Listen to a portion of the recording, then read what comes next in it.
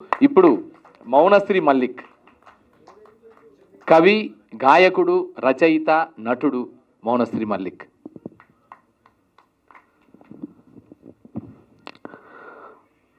సభాధ్యక్షత వహిస్తున్నటువంటి అన్నయ్య మామిడి హరికృష్ణ, ఈ చివరికి మాట్లాడే వాళ్ళ పరిస్థితి ఉండదంటే ఇలా చూస్తారు, వాళ్ళందరూ అయిపోతుంది. చివరికి మాట్లాడే వాళ్ళ మీద ఒక పెద్ద కక్ష ఉంటుంది, వీడెంతసేపు మాట్లాడతారా నాయన అని. సో ఎంతో ప్రేమగా మనందరం కలిసాం. అన్వీక్షకి పబ్లిషర్స్ నుంచి ఒక అద్భుతమైనటువంటి పుస్తకాలు వచ్చాయి.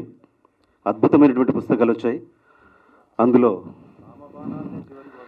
అద్భుతమైన పుస్తకాలు వచ్చాయి. అందులో మరొక అద్భుతమైనటువంటి పుస్తకం నీ రుణం తీరేది ఎట్లా అనేటువంటి పుస్తకం వచ్చింది. జీవితమే అణువణువు యుద్ధరంగమైనప్పుడు జీవించడానికి తప్పదు పోరాటం అని జీవితాన్ని ఎవరైతే ప్రారంభిస్తారో వాళ్ళు శిఖరాయమానంగా ఎదుగుతారని నిరూపించినటువంటి నా తమ్ముడు రచ్చరవిని మనస్ఫూర్తిగా అభినందిస్తున్నాను. ఈ పుస్తకం గురించి నేను ఏం మాట్లాడను. ఈ పుస్తకంలో ఉన్న ఒక గొప్ప వాక్యం ఏంటంటే, మొట్టమొదట పేజీలో ఎలా స్టార్ట్ అవుతుందంటే, ఇది చాలామంది అందరికీ తెలుసు, దేవుడు అంతటా ఉండలేక అమ్మను సృష్టించాడు. కానీ అక్కడితో ఆగిపోక ఇంకొక వాక్యాన్ని, ప్రపంచం మొత్తం మాట్లాడుకునేటువంటి ఒక వాక్యానికి మరొక వాక్యాన్ని జోడించాడు. దేవుడు అంతటా ఉండలేక అమ్మను సృష్టించాడు. అమ్మ వెలిసిన గర్భగుడే అమ్మమ్మ అన్నాడు. ఈ వాక్యం చదివిన తర్వాత నేను చాలా స్థానువైపోయాను. 30 ఏళ్ల సాహిత్య చరిత్ర, ఒక 100 ఏళ్ల వచన కవిత్వం చదివినటువంటి నా జీవితంలో గొప్ప వాక్యాన్ని నేను విన్నప్పుడు తమ్ముని ఆలింగనం చేసుకొని అభినందించాను. తర్వాత రచ్చరవి ఈ పుస్తకానికి బీజం పడింది ఎక్కడ అంటే, నేను జూన్ 22, 2025లో నేను చలనకాంక్ష అనేటువంటి పుస్తకాన్ని నేను ఆవిష్కరించాను.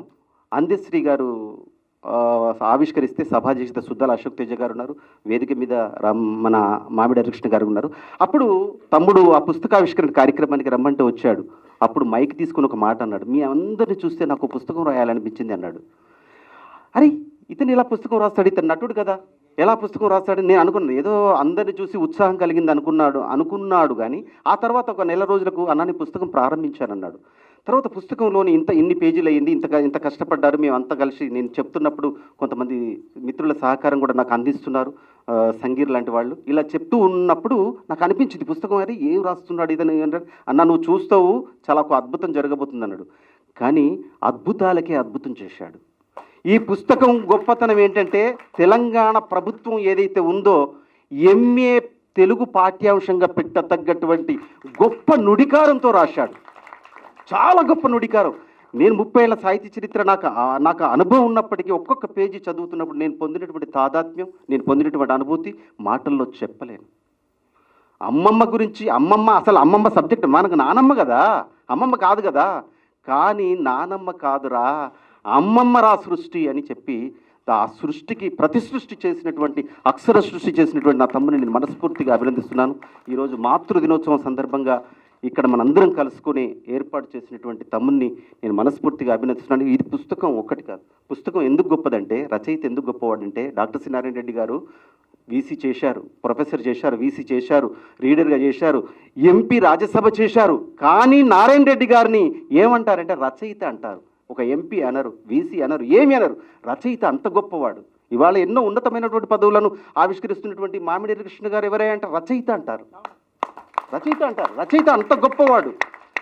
మీరు వేదాలు 64 కళలు వేదం చెప్పినప్పుడు, 64 కళలు చెప్పినప్పుడు మొట్టమొదట కళ కవిత్వం అని ఉంటుంది. అది అక్షరానికి సంబంధించినటువంటి విషయం.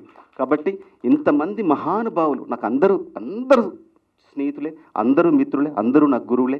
ఈ వేదిక మీద నాకు స్థానం కల్పించినటువంటి, నా దగ్గర నా పుస్తకావిష్కరణలో ప్రారంభమైనటువంటి ఆ ఆకాంక్ష అక్షరంగా మారి, మహా ఉద్గ్రంథంగా మారి ఇవాళ ఆవిష్కృతం కావడం అంత ఆషమాషి విషయం కాదు.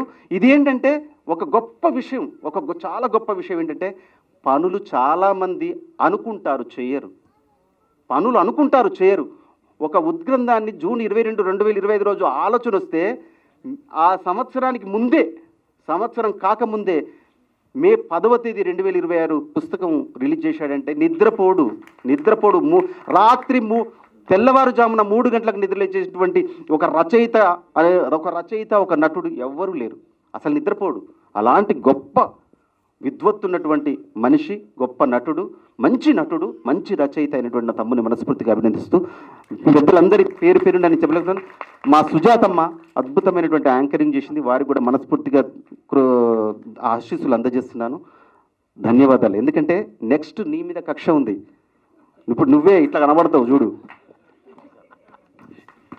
మౌన మంచి అంటే ప్రాక్టికల్ జోక్స్ ఎక్సలెంట్, అంటే హృదయం వెన్న, చాలా చక్కని కామెంట్స్ కానీ ఎప్పుడు కానీ అంటే చలోక్తులు రువ్వడంలో తనదైన ముద్ర. మౌనకి ప్రేమగా మా అందరి ప్రేమ మౌన మీద ఎప్పుడు ఉంటుంది. మౌన చాలా చక్కగా చెప్పాడు. నిజంగా నీ చలనకాంక్ష రత్స రవిలో ఒక రచనాకాంక్షకి ప్రోధి చేసింది, అంకురమైంది. That is the beginning. అది అంకురార్పణ చేసింది. ఆ అంకురార్పణకి హేతువుగా నిలిచిన మౌన, నీకు వందనం.